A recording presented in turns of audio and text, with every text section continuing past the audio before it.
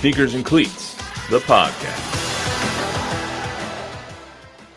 Welcome back to the Sneakers and Cleats podcast. It is Monday, a joyous day in San Antonio. It is April 22nd. This is episode 94. Chuck Migatinik rocking out as always. Don Harris throwing up the deuces. And Matt Roy on tap. Real quick before we get started, thank you to everybody who made the last episode of Sneakers and Cleats the most watched on YouTube that we've had ever by a significant margin. Why? What do we talk about? I think it must have been because I wasn't on it. I think it was your intellectual insight onto Wemby and my always humorous demeanor. I think that we did a great job, but thank you. I think it was by like a couple of thousand views more than we've ever had. So it was, I'll pat you on the back since you can't reach yourself. Hey, no, it's a team effort. You know, Chuck not being here, I think, helped. No. 100%. Luis and Bob. And Bob doing a great job. Des rolling on us. But anyway, I just want to start out with a thank you for that. Hopefully, Tom Guerrero emailing in. Yeah, that's one view that we got right there. Hi, Tom. So hopefully we can keep putting out the content that everyone likes. We talked a lot about Wemby, so we're going to continue to do that over the next few months. Obviously today, though, NFL draft starting on Thursday. We're going to talk a lot about what the Cowboys and the Texans are going to do. Plus, Dak Prescott had some really interesting comments on Friday about his contract status. Plus, Stephen Jones, we'll hear from him as well about maybe possibly drafting a quarterback and why they might not do that this coming draft. But as always, we start with number 94 and a couple of amazing Cowboys that we have on our list today, guys. Yeah, 94, the number, both of these guys pop into my head, Charles Haley and DeMarcus Ware. And I was going to ask Chuck this because I'm not sure I know the answer. Who was better? That's what I was going to ask. That's close. Well, Haley was on a better team. He was the Super Bowl winner out of them. Yes, but with the Niners and the Cowboys. Where probably pound for pound. Where won a Super Bowl? Did he win? Yes. I know. You don't got to tell me what DeMarcus Ware won, the Broncos legend. I think Charles Haley was a difference maker on a really good team, but probably enjoyed the fruits of playing with other guys that were very, very good on that Cowboys defensive line. So I'll go with DeMarcus Ware as the pound for pound better player. Correct me if I'm wrong. DeMarcus Ware has more sacks. I know that, but didn't Charles Haley win 5 Super Bowls? Was it 5 or 4? It might have been 5. I think it was 5. I think he won 2 with the Niners and 3 with the Cowboys. I think he, until Brady broke it, had the most Super Bowls in NFL history. I think I could be misremembering that, but I think that's right. Okay. But I mean, when you look at the accomplishments of it, Charles Haley might have him by a hair, but DeMarcus Ware was a better player, in my opinion. DeMarcus Ware is the most dominant guy I've ever seen. I never forget, we were at training camp and Tony Romo going against this guy in practice. Like, they just did special rules not to, not to touch Tony because there's nobody on the Cowboys offensive line that could even touch him. Yeah, practice. I mean that's how it was this offseason with Micah too. Like they were like, can you stop wrecking practice, please? Yeah. And I mean that's a testament to how good those players are. But DeMarcus Ware was from DeMarcus Ware. I know it, but I'm not going to know it off the top of my head right now. What is it? Troy, Alabama. That's his hometown and where he went to college. I knew that. One of the nicest guys I've ever interviewed. Yeah, that was. Absolutely. I've gotten the privilege to interview DeMarcus once, and he is just the nicest person. Yeah. He is he's just a sweet man in general. And he'll always be a Cowboy. He'll always be a Bronco. So I just remember the look on his face. We were at a Panthers game in Carolina and him trying to figure out in his own mind how to answer questions because they could not stop the RPOs that were coming their way back in the day. So as good of a player as he was, there were some guys that could play in that league as well. So how heartbroken was the Cowboys fan base? Because I obviously wasn't here in 2012 when he left to go to the Broncos on that 3-year, $30 million contract. I think it was understood that it was one of those situations for the Cowboys where it was like when Emmett went to the Cardinals, it was like, it's time because they can't afford him kind of thing. Like, it wasn't heartbreaking because you knew you were kind of happy for him and the Cowboys were like, okay to let him go because of where they were cap wise. Doesn't that sound familiar? Yes. And he was at the point of his career, right? It was time for probably him to go do something else and play on a better team. Just Yeah. wanted to send him off to win a Super Right. Bowl. It's fine. Yeah. I can also remember, too, being in Philly in a game where he would not do anything but run right up the field to try to get the quarterback. And the Eagles repeatedly just ran little trap runs at him and would run right by him. And I remember thinking, God, this guy's a good player, but for crying out loud, hold your zone, would you? Some other Jeepers things to happen in the year 1994. The Cowboys beat the Bills 30-13. They were down at halftime in that Super Bowl. I think it was 10-7 or something like that, 10-3, and then they came back and stormed back in the second half to end the Bills' would have been dynasty of their 4 consecutive Super Bowl runs. I think it's the most underappreciated accomplishment in football is making 4 consecutive Super Bowls. No matter if you didn't win any of them, but that's one of the most underrated accomplishments. It was another mismatch. Cyber Bob will appreciate this. One of the most fun weeks of my career, 7 or 8 days in Atlanta. Oscar Zamora and Danny Trevino drove the old Texas Ranger satellite truck from San Antonio to Atlanta. And we went live at a 2 of our engineers here. Yeah, we went live at a different spot in Atlanta every night that week. Chuck, you remember the guy that could have been arguably Super Bowl MVP that game on the Cowboys? I thought it should have gone to Emmett because remember they were down 10-7. They came out and they ran all the way down the field in that third quarter. Yeah, it flipped that game. Oh, it was like 10 runs. I'm pretty sure it went to Emmett. I thought you wrote on here that it went to Troy. Oh no, sorry, Emmett. I forgot to erase that line. Emmett was the Super Bowl MVP. Okay, he should have been. Yeah. Troy doesn't remember that game the way he was still coming off the concussion. Yeah. But James Washington had 2 picks in that game. My guy James Washington. I love James Washington. And I remember at the time thinking he was a very viable candidate. I can remember James Washington after a game one time. They got in a fight with the Giants.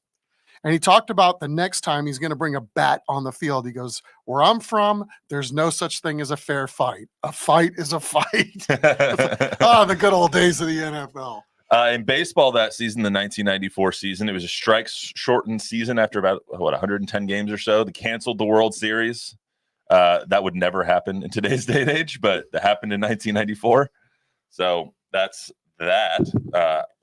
I still can't believe that actually happened in my life. I still can't believe it either. And it's been a struggle for baseball, I think, getting the masses back in terms of TV ever since. Absolutely. And then the Rockets defeated the Knicks 4-3. That was the first season sans Michael Jordan of his retirement. That was the OJ Bronco That was the chase. OJ. That's what that series will be remembered for. Didn't they cut into the series? Yeah. I remember they showed that game split screen. I remember Bob Costas was doing that, right? On the broadcast for the Knicks. The weirdest thing ever. Yeah. Split screen, the game on one side, the Bronco chase on the other. The fascination has reignited with the OJ stuff since he died recently as well, which is just amazing because the documentary that they made on him, I think it was a 30 for 30 that they made, or it was one of those things. They had like a 5-part documentary where Dave Schwimmer played Rob Kardashian. It was a fantastic documentary, but everybody in this day and age didn't know about it.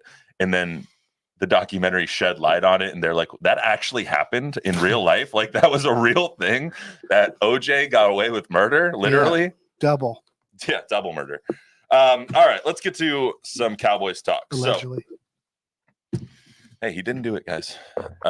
He wrote a book saying he did. Yeah. But never mind.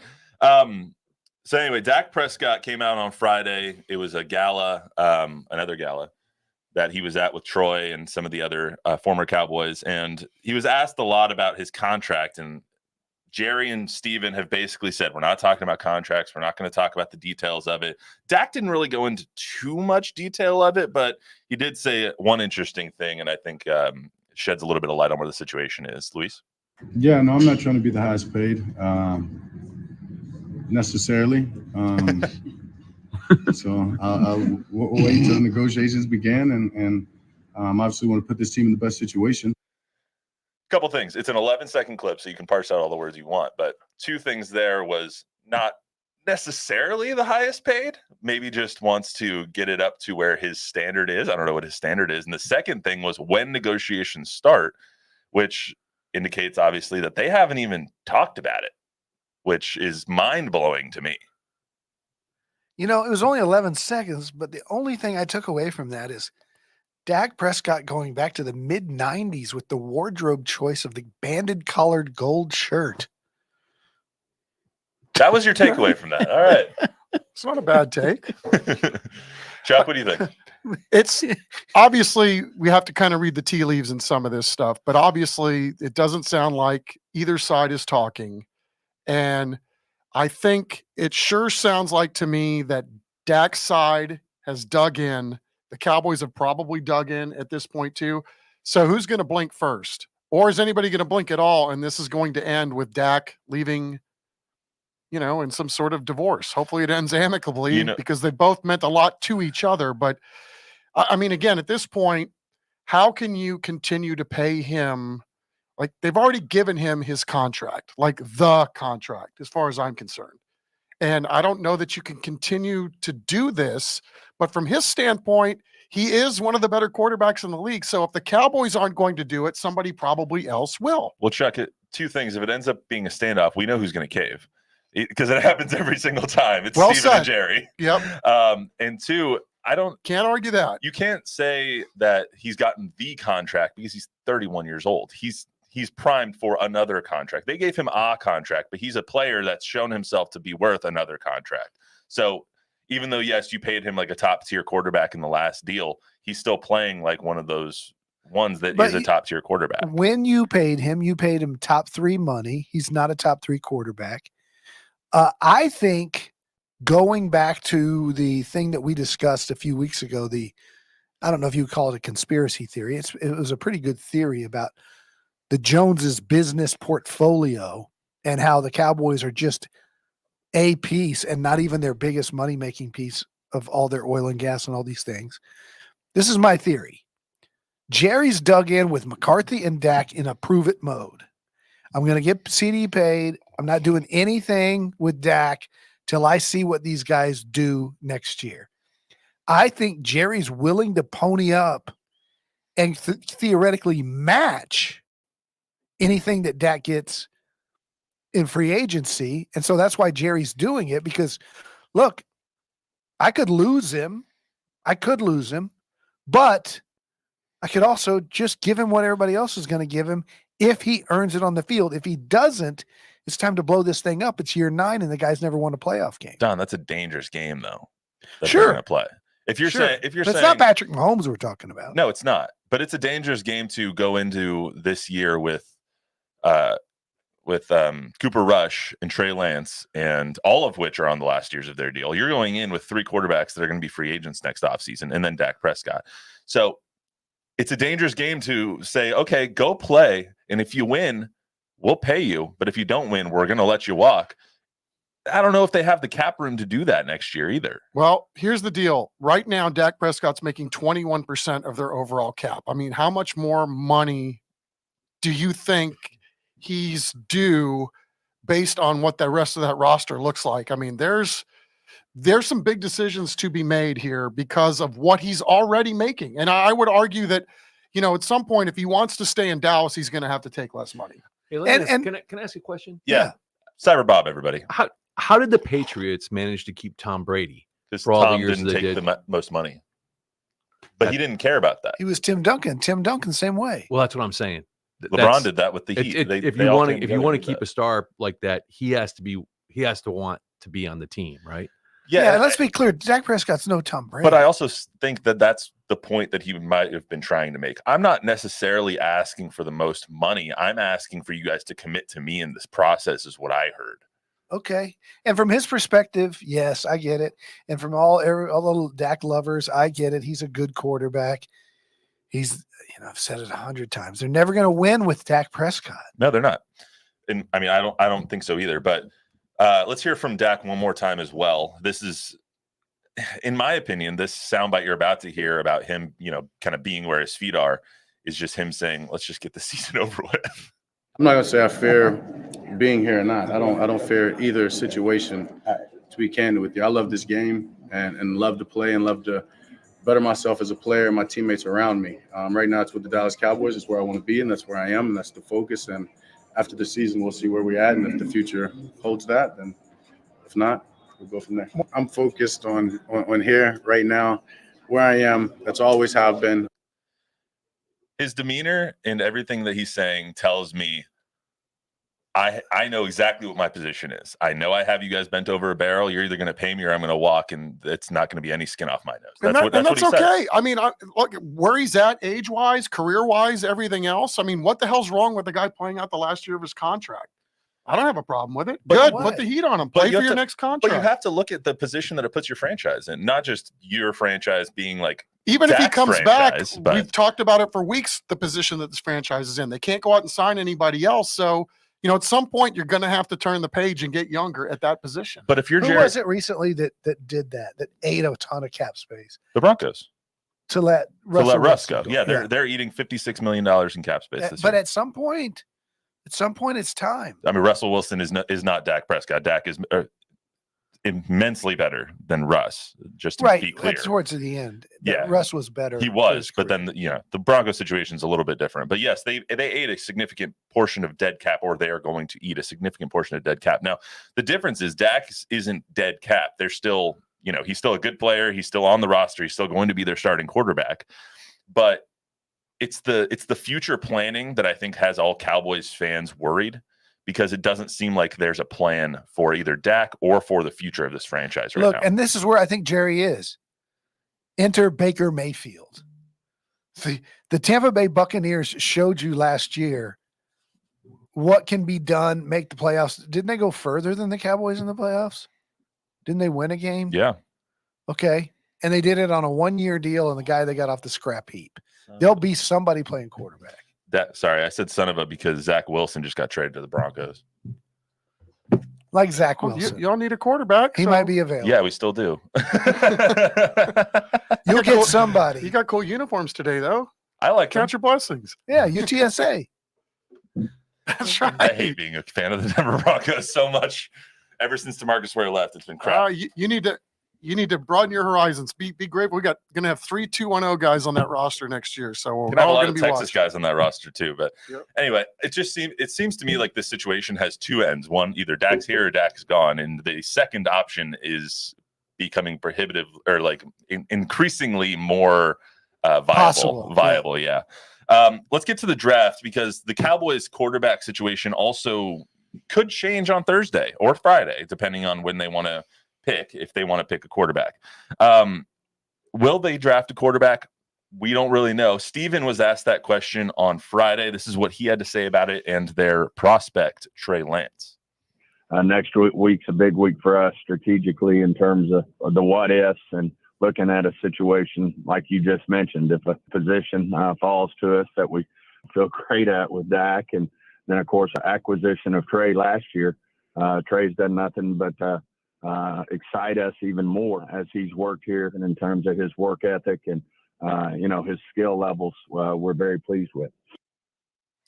So Steven basically saying we traded a 4th-round pick last year for Trey Lance. We don't really have the capital to draft a quarterback right now, unless the exact perfect situation comes up, is basically what I heard.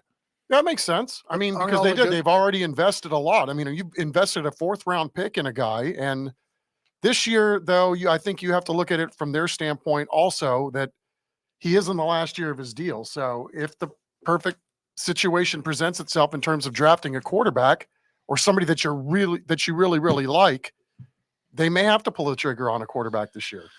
Are there any quarterbacks that are going to be left by the time the Cowboys pick? So I don't know if I was the Cowboys, and obviously I'm not, but if I was the Cowboys, I would draft a quarterback in the 1st round.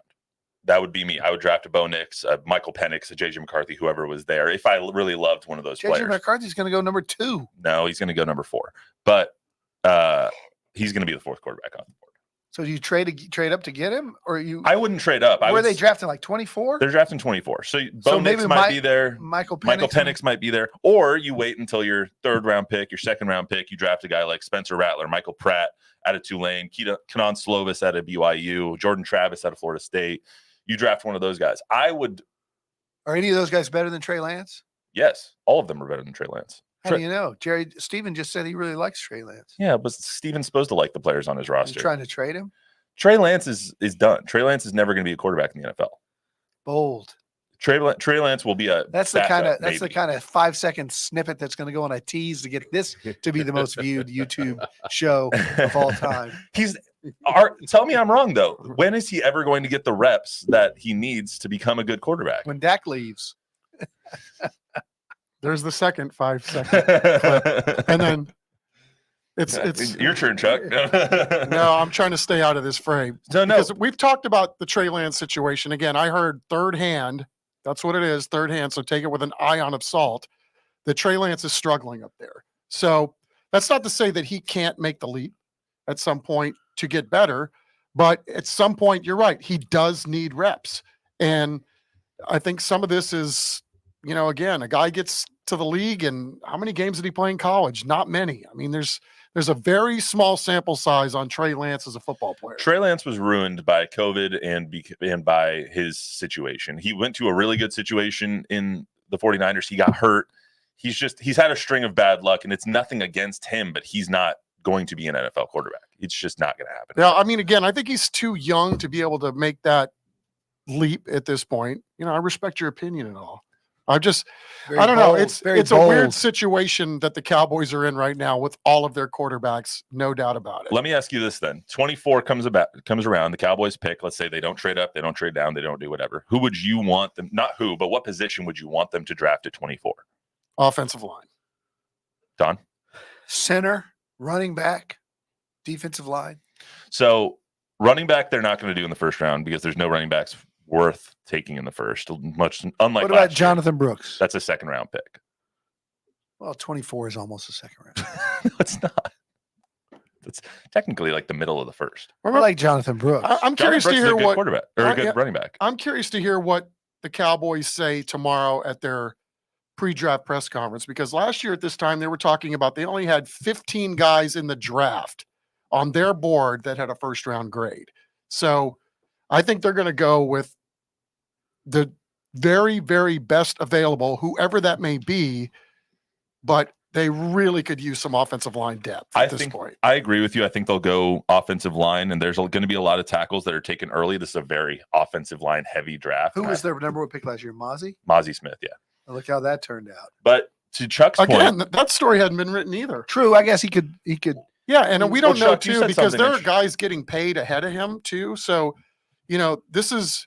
I know I was spitballing the other day, and I think Matthew took umbrage with it, but some of what I think being all in is they're going all in with guys that are on this roster that may have necessarily not played a very big role in this team. Right, I was just about to bring up you saying that because I think it's a good point of being like, we're all in with these guys. We drafted you for a reason. It's time to prove your worth or get the hell out. Yeah.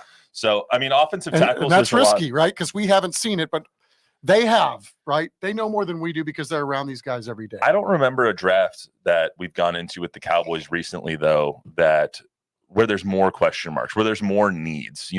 Agree. Are you gonna draft Leighton Vander Esch's replacement? Who knows? Are you going to draft Tyron Smith's replacement? Are you going to draft Tony Pollard's replacement? Like, you've lost so many dudes and you haven't signed very many. So who are you going to replace with your high picks in the draft? You're right. It's super easy to sit here right now and say this team is definitely not as good as it was last year. I think we would all agree with that based on what we have seen. But this is also going to create opportunity for somebody else. And let's just hope, I'm sure Cowboy fans are, that the Cowboys know more than we do at this point. God, I hope so. I mean, there's going to be a lot of good players that are drafted this week, excuse me. I think that they'll end up going offensive line.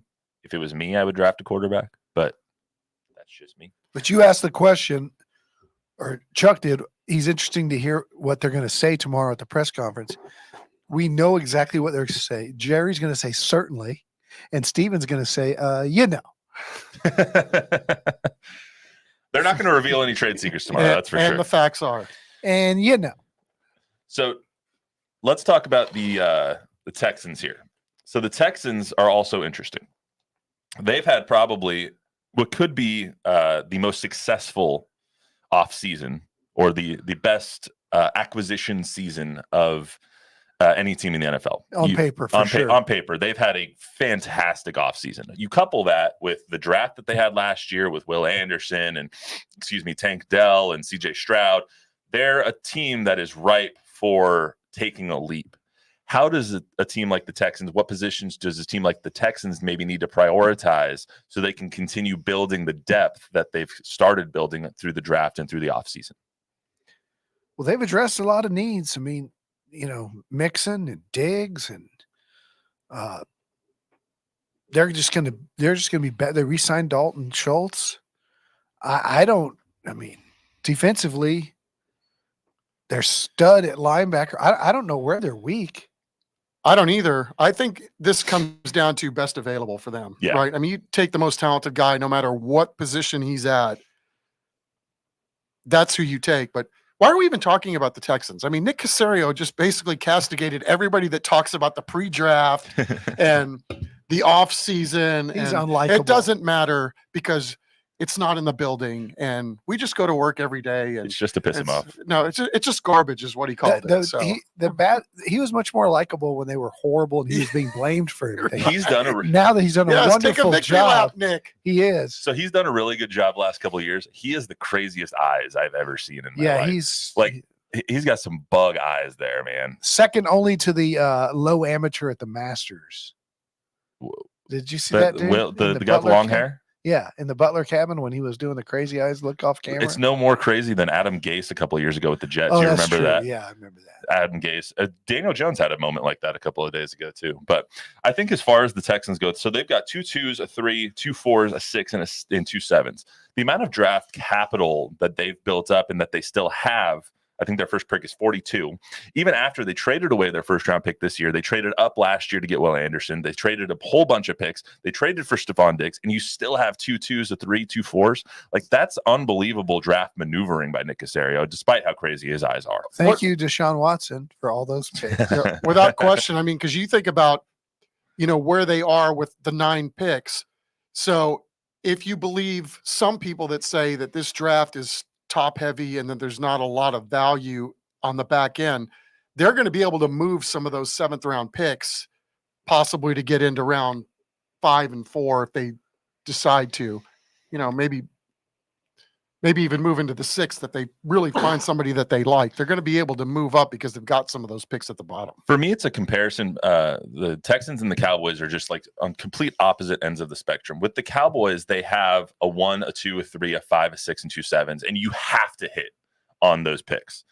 They don't have the depth on their roster anymore after this offseason to where they can miss on a pick or they can maybe hold the pick like they did Mozzie because they had Jonathan Brooks and they had all these guys ahead of him. They don't really have that luxury of being able to bring guys along slowly. You need instant impact players now.